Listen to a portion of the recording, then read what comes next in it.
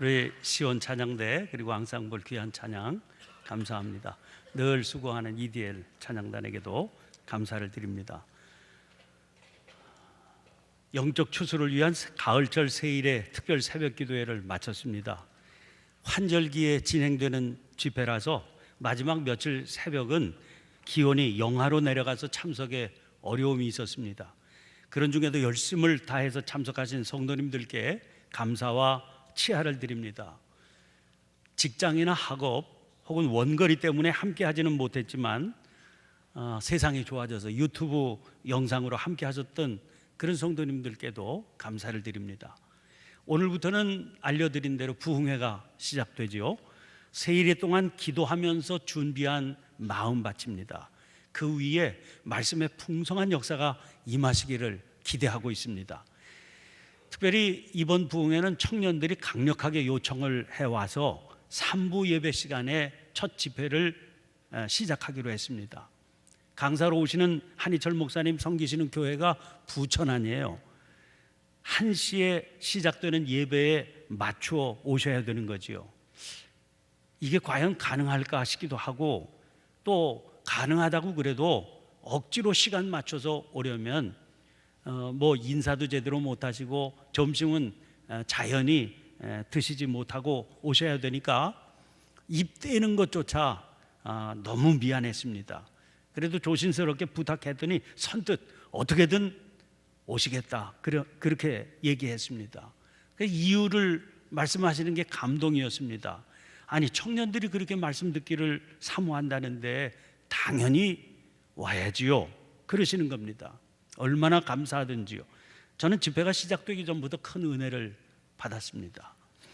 하나님께서는 언제나 사모하는 마음 위에 역사하십니다. 시편 107편 8절 9절입니다.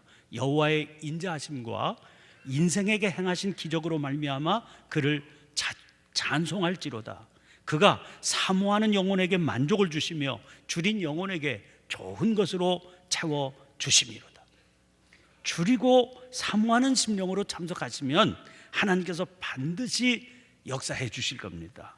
어떻게든 시간을 만들어서 참석하시기를 바랍니다. 그리고 하나님께서 나를 위해 마련하신 자리였다, 그렇게 간증하는 은혜를 이번 기회에 누리게 되시기를 간절히 축원합니다. 오늘은 추수감사주일입니다. 아시는 대로 근대적인 의미의 추수감사절은 미국에서 시작됐죠.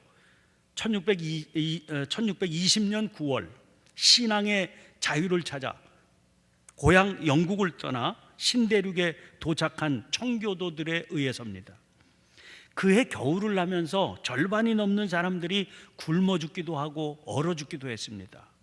원주민인 인디언들의 도움을 받아 겨우 한 해 농사를 짓고 가을을 맞이하게 되었을 때 그동안 도움을 주었던 90여 명 인디언들을 초청해서 감사 행사를 가진 것이 첫 추수감사주일입니다. 지난 주일 설교는 골로새서 1장 3절부터 6절까지를 본문으로 감사는 곧 믿음이라고 하는 제목의 말씀을 전했습니다. 오늘도 본문을 골로새서의 말씀으로 정했습니다. 골로새서의 중요한 주제 중 하나가 감사거든요. 골로새서는 전체가 넉 장으로 되어 있습니다. 전반부인 1장과 2장은 그리스도란 누구신지, 또 교회란 무엇인지 이것을 다루고 있는 교리적인 내용입니다.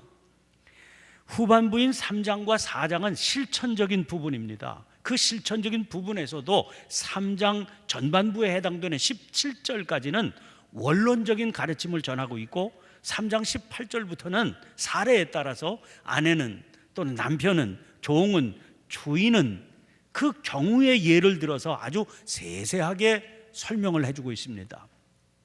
그 후반부가 시작되는 3장 1절부터 3절까지 말씀입니다.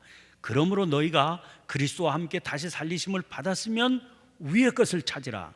거기는 그리스도께서 하나님 우편에 앉아 계시느니라. 위의 것을 생각하고 땅의 것을 생각하지 말라. 이는 너희가 죽었고 너희 생명이 그리스도와 함께 하나님 안에 감추어졌습니다. 바울 사도는 지금 예수 믿는다는 것은 그리스도와 함께 다시 살리심을 받았다는 것이다, 이렇게 정의를 하고 있습니다. 그렇다면 첫머리에 등장하는 그러므로 너희가가 무슨 의미겠습니까? 즉 우리가 정말 예수 믿는 사람이라면 이런 말이죠. 그렇다면 우리는 위의 것을 찾아야 된다는 거예요. 여기 등장하는 찾는다 하는 말을 새 번역이나 공동 번역에서는 추구한다 이렇게 옮기고 있습니다.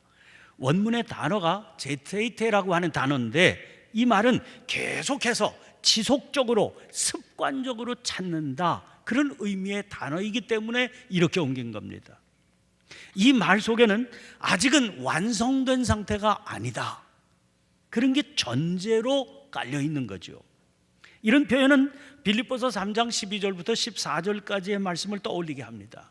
내가 이미 얻었다 함도 아니요 온전히 이루었다 함도 아니라 오직 내가 그리스도 예수께 잡힌 바 된 그것을 잡으려고 달려가노라. 형제들아 나는 아직 내가 잡은 줄로 여기지 아니하고 오직 한 일 즉 뒤에 있는 것은 잊어버리고 앞에 있는 것을 잡으려고 표대를 향하여 그리스도 예수 안에서 하나님이 위에서 부르신 부름의 상을 위하여 달려가노라. 그리스도인의 삶의 현 상태가 그렇다는 겁니다. 우리는 아직 온전히 이룬 존재들이 아닙니다. 다만 가야 할 표대 그리스도 예수 안에서 하나님이 위에서 부르신 부름의 상을 본 사람들입니다. 그러므로 계속해서 그 상을 잡으려고 달려가게 된 사람들이죠. 그것을 골로새서에서는 찾는 삶이라고 추구하는 삶이라고 정의하고 있는 겁니다. 그렇다면 위의 것을 찾는 삶, 그리스도 예수 안에서 하나님이 위에서 부르신 부름의 상을 위하여 달려가는 삶은 구체적으로 어떤 삶이겠습니까? 3장 2절 말씀입니다. 위의 것을 생각하고 땅의 것을 생각하지 말라.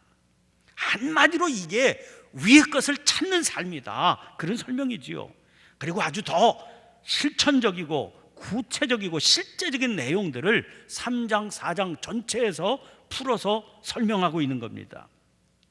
따라서 오늘 본문 역시 위의 것을 생각하고 땅의 것을 찾지 않는 삶, 즉 그리스도인의 삶에 대한 설명입니다. 오늘 본문은 사실은 3장 12절부터 한 단원이 시작되고 있습니다. 그 단원도 역시 그러므로라고 하는 단어로 시작되고 있죠. 위의 것을 찾는 삶을 살려면 옷 입어야 될 게 있다고 그랬습니다. 그 옷은 긍휼과 자비와 겸손과 온유와 오래 참음의 옷입니다. 그리고 피차 용서하는 삶의 옷입니다. 그리고 한 가지 더, 이 모든 것 위에 사랑을 더하라 그랬습니다. 그런데 여기 아주 실제적인 문제가 하나 나옵니다. 그런 거 다 알겠어요. 문제는 아는 것과 그렇게 사는 게 다르다는 겁니다. 아는 대로 살 수만 있다면 이 세상에 무슨 문제가 있겠어요? 그런데 알기는 하지만 아는 그대로 살기가 어려우니까 문제가 되는 것 아닙니까? 오늘 본문이 그래서 참 중요한 겁니다. 오늘 본문 말씀이 다루고 있는 게 바로 그 문제이기 때문이죠. 오늘 본문 15절 말씀입니다. 그리스도의 평강이 너희 마음을 주장하게 하라. 너희는 평강을 위하여 한 몸으로 부르심을 받았나니 너희는 또한 감사하는 자가 되라. 우리가 어떻게 하면 긍휼과 자비와 겸손과 온유와 오래 참음으로 살아갈 수 있겠습니까? 또 우리가 어떻게 하면 누군가를 용서할 수 있고 사랑할 수 있겠습니까? 우리의 마음을 그리스도의 평강이 주장하게 하면 된다 하는 설명이에요. 여기 주장한다 하는 말은 심판관이 되게 한다, 즉 경기의 결과 판정을 심판에게 맡기듯 하면 된다, 그런 말이거든요. 여러분, 운동 경기는 전쟁과 똑같습니다. 서로 싸우려고 하는 승패를 가리는 거기 때문에 그렇습니다. 다만 우리가 흔히 일반적으로 말하는 전쟁과 차이가 있다면 죽음이 있느냐 없느냐의 차이입니다. 죽고 사는 걸 걸고 하는 게 전쟁이고요. 그냥 승패만 가리기로 하는 게 경기입니다. 왜 이런 차이가 나타납니까? 추구하는 가치의 차이입니다. 전쟁이 추구하는 건요, 승리입니다. 그 승리를 위해서라면 비인간적인 죽음이라도 받아들여야 된다. 그게 전쟁의 논리 아닙니까? 그러나 운동 경기가 추구하는 것은 경기를 통한 인간의 아름다운 교류입니다. 승패보다도 이게 더 중요합니다. 이 차이를 가능하게 하는 게 심판이라고 하는 존재예요. 심판도요, 사람이거든요. 경기에 임하는 선수들에게는 심판의 판정에 복종할 것이 요구되지 않습니까? 그런데 심판도 사람이기 때문에 완벽하지 않은 겁니다. 그걸 심판 스스로도 알고 경기하는 선수들도 알아요. 그래서 때로는 저건 아닌데 싶은 그런 경우가 생기게 되지 않습니까? 그런데 그런 경우가 생길 수 있다는 걸 뻔히 알면서도 심판에게 경기의 진행도 판정의 결과도 맡겨야 됩니다. 그런 약속을 하고 경기가 진행되는 겁니다. 그래야 이 경기는 전쟁이 아닌 인간의 아름다운 교류라고 하는 진정한 가치를 이루어낼 수 있게 되는 겁니다. 자, 우리 그리스도인들은 위의 것을 추구하는 사람들입니다. 우리들이 말 그대로 진정한 그리스도인이 되려면 가장 소중한 가치가 위의 것을 추구하는 것이어야 돼요. 그렇게 되려면 우리의 삶에서 긍휼과 자비와 겸손과 온유와 오래 참음이 옷을 입듯이 늘 함께 나타나야 됩니다. 용서와 사랑도 마땅히 있어야 됩니다. 이게 우리가 추구하는 가장 소중한 가치거든요. 그런데 그게 가능하려면 그리스도의 평강이 우리 삶의 심판 노릇을 할 수 있게 해야 된다는 겁니다. 그리스도의 평강이 우리 삶의 심판 노릇한다는 게 뭐겠습니까? 어떤 사안이 있을 때 그 사안에 대해서 내가 내세우는 주장이나 이론 혹은 견해나 판단, 그런 게 있죠. 그게 가치관일 수도 있고 그게 도덕적인 가치가 될 수도 있습니다. 그게 어떤 것이라도 상관없습니다. 그게 어떤 것이라고 그래도 내 내면에서 그리스도의 평강을 무너뜨리게 해서는 안 된다는 겁니다. 그리스도의 평강이 사라지게 된다 그러면 무조건 잘못이다, 그렇게 판정을 내려야 된다는 겁니다. 영어로 화는 앵거입니다.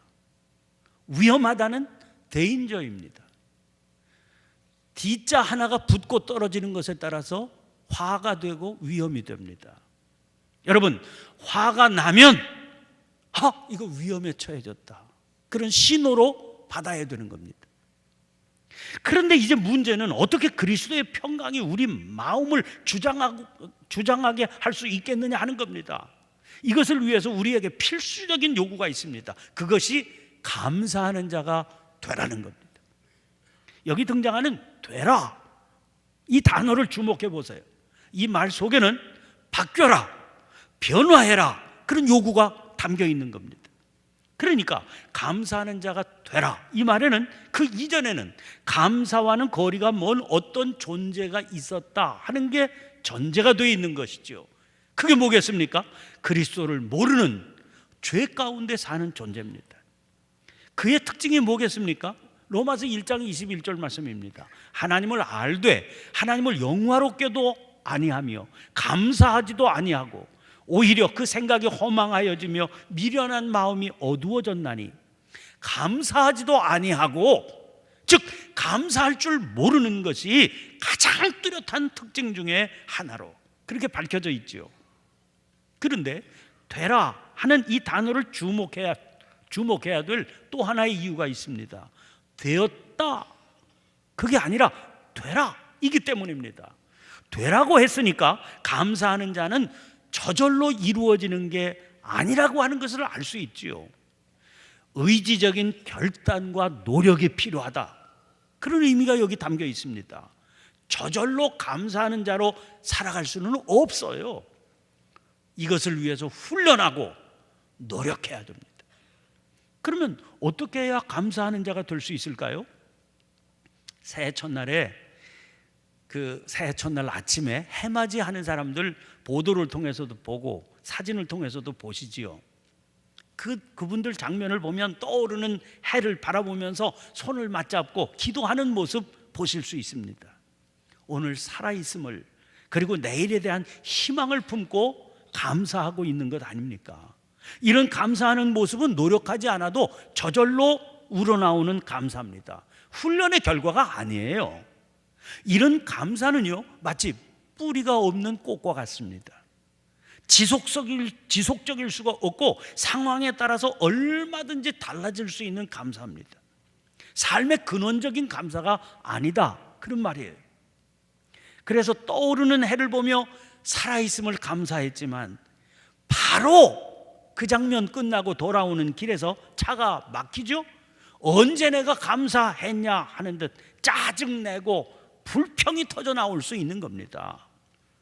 어떤 상황에서 감사하는 마음이 일어나기는 하지요. 그러나 감사하는 자가 된 것은 아니거든요. 그러면 감사하는 자가 된다 하는 건 뭡니까? 데살로니가전서 5장 18절에 범사에 감사하라 그러셨는데, 이 말씀이 실제 일상적인 삶에서 이루어지게 되는 겁니다. 그게 가능하려면 감사를 훈련해야 됩니다. 그 훈련의 내용과 방향이 16절 17절에 소개되어 있습니다. 그리스도의 말씀이 너희 속에 풍성히 거하여 모든 지혜로 피차 가르치며 권면하고 시와 찬송과 신령한 노래를 부르며 감사하는 마음으로 하나님을 찬양하고, 또 무엇을 하든지 말에나 일에나 다 주 예수의 이름으로 하고 그를 힘입어 하나님 아버지께 감사하라.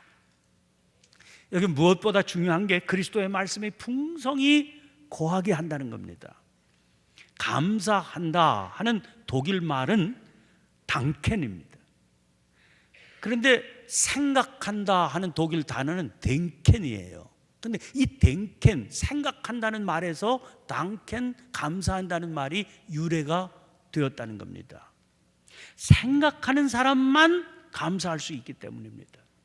그러나 아무 생각이나 감사를 유발하는 것은 아니지 않겠습니까?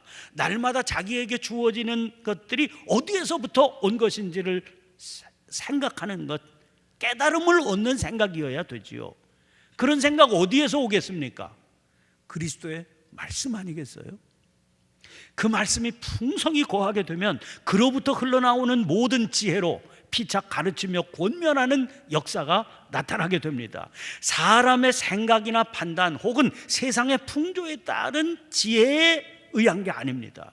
그리스도의 말씀이 풍성히 거하여 그로부터 흘러나오는 지혜입니다. 서로 그렇게 되어서 피차에 가르치며 권면하는 일이 일어나야 한다는 겁니다. 여러분, 부모가 자녀를 가르칠 때 자꾸 자기의 생각이나 의견을 주장하고 내세우기 때문에 문제가 생기는 겁니다. 그러면 강요가 되고 억압이 되거든요. 아버지 생각이지 자꾸 나한테 그걸 얘기하십니까? 이렇게 되지 않습니까? 그리스도의 말씀에서부터 흘러나오게 해야 됩니다. 자녀가 부모님께 호소하고 건의할 때도 그렇게 해야 되는 겁니다. 네가 뭘 알아? 이런 마음이 일어나지 않게 해드려야 됩니다. 그래서 그리스도의 말씀에서부터 그게 흘러나오게 되면 그 하는 말에 힘이 실리게 되고 변화를 일으킬 수 있게 되는 겁니다. 무엇보다 거기에서 감사하는 자가 되는 길이 열리게 된다는 거죠. 그 뒤로 이어지는 말씀이 특히 눈에 띕니다. 그것은 감사의 대상에 관한 가르침이기 때문입니다. 진정으로 감사하는 자가 되려면 감사하는 마음으로 하나님을 찬양하고 그를 힘입어 하나님 아버지께 감사할 수 있어야 된다는 겁니다. 범사에 감사할 수 있는 것은 믿음의 결과거든요. 그런 의미에서 진정한 감사는 유실론적인 단어입니다. 영국의 작가인 체스터턴은 무신론자들의 가장 비참한 순간은 진정한 감사를 느끼면서도 감사한 대상을 찾지 못할 때라고 설명했습니다. 아까 골로새서의 중요한 주제 중 하나가 감사다, 그런 말씀 드렸습니다. 그래서 전체가 넉 장밖에 안 되는 이 짧은 골로새서라고 하는 편지에는 감사라고 하는 단어가 7번이나 등장하고 있습니다. 그 7번 가운데 3번이 오늘 본문 말씀에 실려 있죠. 석 절인데 한 절에 한 번씩 등장을 합니다. 그 3번 중 2번이 하나님께 드리는 감사입니다. 그리고 그 두 번의 감사는 제일 먼저 등장하는 감사하는 자가 되라, 이 말씀과 연결이 되어 있지 않습니까? 결국 세 번의 감사가 모두 하나님과 연결된 단어라고 할 수 있는 거지요. 그럴 수밖에 없는 게 하나님은 모든 진정한 감사의 근원이 되시는 분이시기 때문입니다. 사랑하는 성도 여러분, 감사하는 자가 될 때 우리 안에 일어나게 되는 변화가 있습니다. 그게 행복입니다. 감사하는 사람은 자기 삶에 대해서 긍정적이 될 수밖에 없거든요. 도대체 행복하다는 게 뭡니까? 그 자체가 자기라고 하는 존재에 대해서 긍정적이 된다, 그런 말 아니겠습니까? 수사인 슈타인더 라스트는 이런 말을 했습니다. 행복하기 때문에 감사한 게 아니고 감사하기 때문에 행복한 것이다. 그러므로 감사는 행복의 비결이고 전제가 됩니다. 그 행복은 조건이나 상황에 휘둘리지 않는 행복입니다. 첫 추수감사절이 그 대표적인 사례 아닙니까? 혹독한 고통의 터널을 통과하는 중이었습니다. 가족들이, 동료들이 옆에서 굶어 죽고 추위 때문에 대책 없이 얼어 죽어가는 그런 상황입니다. 이 상황이 어디에서 비롯됐습니까? 하나님 한번 바르게 믿어보겠다고, 제대로 한번 믿어보겠다고 결심했던 결과입니다. 그러니까 충분히 하나님을 향해서, 아니 어떻게 이러실 수 있습니까?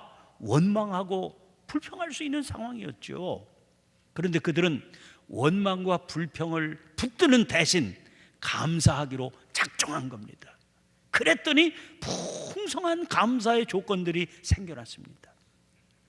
그로부터 300년이 넘는 시간이 흘렀을 때 미국의 루즈벨트 대통령은 연설을 통해 이렇게 외쳤습니다.